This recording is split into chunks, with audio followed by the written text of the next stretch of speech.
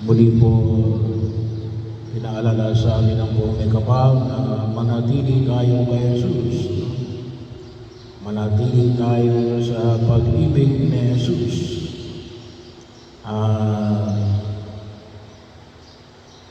Tayo ay pananatilihan ng Diyos. Isa riyan din ay ang pagsunod sa kanyang mga utos. At isang bahagi, isang pamamaraan ng simbahan ay yung tinatawag natin discerning of the spirits, o kung tawagin natin ngayon ay conversation with the Spirit. Ito yung ginagamit ngayon, no? Conversation with the Spirit. Bahagi nino, pero kung tusin po, no? Sabi nga ho natin, isa sa mga pamamaraan na nakita ho natin ay yung tulad na ipinamanig ko sa unang pagbasa, no? Yung binahagi ko sa unang pagbasa ay karugtong noong nakaraang araw, yung tungkol sa usapin ng pagtutuli. So, kaya kumabahagi yun natin yung binasa sa Aklat ng Mga Gawa. Yun ay bahagi yun ang tinatawag natin Council of Jerusalem. Mga nagsalita ang mga apostol tungkol sa usapin na kung kinakailangan ba tulian yung mga hindi bago kung tawagin natin ay maging isang mananampalataya. Tutulad na po na yung pinamahid natin, bahagi yun sa pananampalataya ang Hudyo. Ang tawag natin yun yung pagbibinyag. Kaya kapag sinabi natin ngayon, nabinyagan ka na ba? Yun ay mula yun sa inyong dahil tradisyon. Kasi nang binyag nila kaya kung yung makita yung kay Juan Bautista nung binigyan siya ng pangalan, ay yun yung kanyang pagtutuli, yun yung kanyang initiation to Judaism. Pagkakabangkot sa atin ay kalimitan maging bahagi ng aming karanasan. Pero kung tutusin po yan ay yan ay minana natin sa mga pananampalatayang Judaismo. Pero ano sa atin, hindi na ulugan na kinakailangan tulian ang mga pagano, yung mga hindi mga Hudyo, mga mananampalataya na tumugon sa panawagan ng buong may kapal. Kaya din po, yan isang sistema na naging bahagi ng pagkilos natin, yung tinatawag natin conversation with the Spirit. Kaya nga maraming mga nagtatanong, yung sa tinatawag natin conclave, yung pagpili sa Santo Papa, ay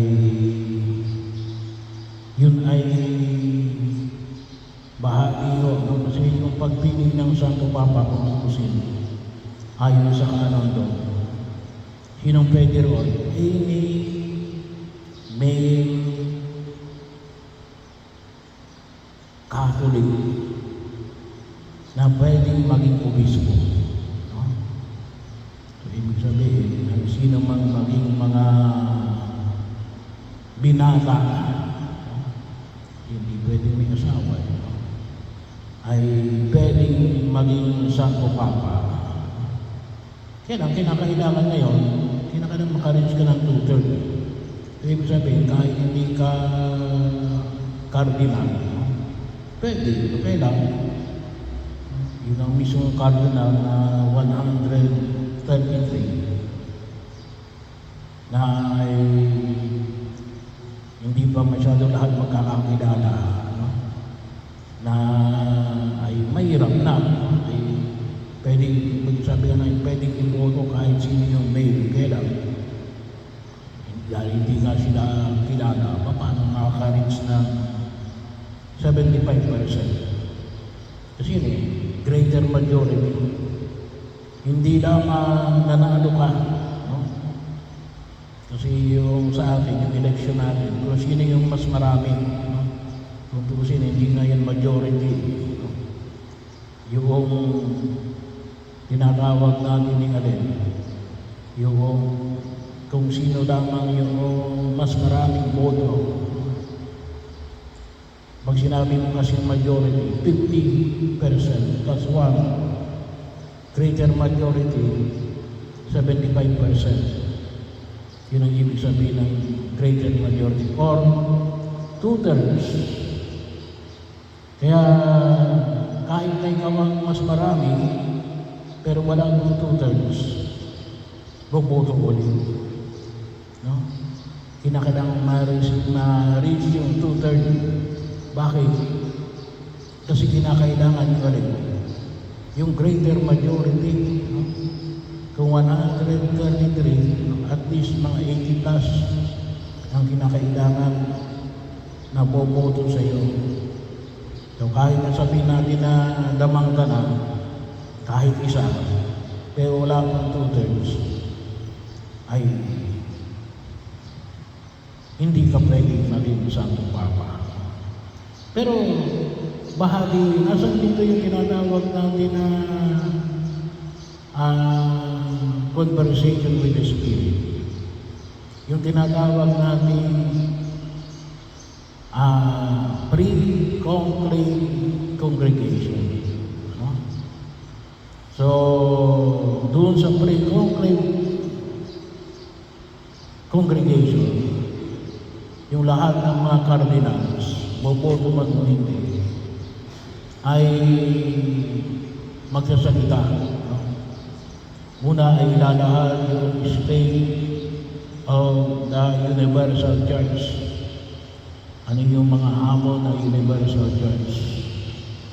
At kung hindi ko nagkakamali, ang bawal mga kardinal ay pinagsasalita. Pagkatapos, doon sa mismong conclave proper, ano yung ginatawag natin conclave? Yung conclave kasi ibig sabihin ng conclave. Well, bagaman yun po ay, kung tawagin natin, yun ay later na yun, kung sino, mga 18th century ata o 19th century, na yung practice of conclave. Kasi may pagkakataon nung una na tawag ito, may hindi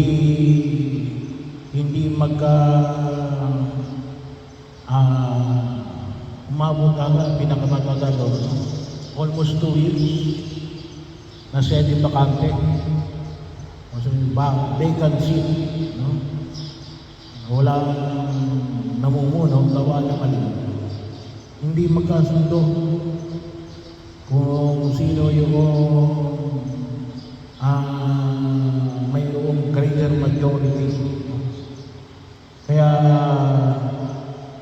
nailagay yung tinatawag natin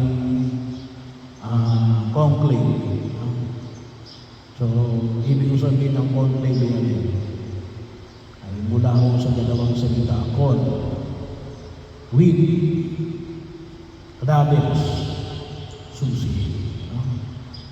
So, ibig sabihin ay hindi lang ako si San Pedro ang may susi. Ngunit ang mga kardinal ay mga kabahagi kasama at katulong sa pangangalaga ng susi ng simbahan. Kaya bahagi yun, napakahalaga yung conversation with the Spirit na makita kung ano ba yung kagustuhan ng Diyos. Kaya nga tulad din pinamanin dito, sino baga rin yung sa tingin ng mas nakararami na makatutunod sa hamon ng kasalukuyang panahon. At yung kanilang napili, ito pong aking kung tawagin natin ay si Papa Leo. No? So, yan ay isang pamamaraan. Kaya, napakahalaga rin ako, no? Kasi pinapamanin ko ito na alin. Na makita ko natin, no? Na yung pagkilos ng simbahan ay hindi lamang isang autonomous, no? Desisyon. Yun ay isang desisyon ng isang komunidad. Desisyon ng pagkilos ng simbahan na nanagdanais na rin makaisa doon sa kagustuhan ng Diyos. No? So bahagi yun. Kaya bagaman sabi nga natin, kung ito yung kagustuhan ng Diyos, ay dapat ay maging visible din ito. Hindi lamang sa isang tao, ngunit sa isang grupo ng tao na binigyan ng kapangyarihan na mangalaga sa kanyang simbahan. Kaya napakahalaga yung ginagawa ng mga tinatawag nating councils ng simbahan. O kung tawagin natin, itong pagkilos ng tutusin ay yung conclave, pamamaraan na makita natin. Sabi nga natin na alin, ma-discern natin, malaman natin yung isang pagkilos na naayon sa kagustuhan ng Diyos. Na kinakailangan din maging visible sa mga komunidad na kaakibat nito. Kaya napakahalaga rin yung pagkilos natin na sabi nga ho natin ng patuloy na pagninilay sa tinatawag natin pakikisa natin at pananatili natin sa ating Panginoong Jesucristo. Kinakailangan din natin tingnan yung kalinangan ng komunidad na kinabibilangan natin para masabi natin na ito yung kalooban ng Diyos. Hindi ito kung tawagin natin ay bahagi lamang ng tinatawag natin whims and caprices. Hindi lang natin yung kapresyo. Kaya napakahalaga ko yung panahon ng pagninilay sa mga bahagi ng ating pagkilos bilang mga mananampalatayang Kristiyano. Kaya hindi natin sa ganito matutukan sa tinatawag natin kayamanan na ito ng simbahan na naging bahagi ng kanyang kasaysayan. Mula pa na ating tinanggap mula sa karanasan ng buhay ng mga apostol.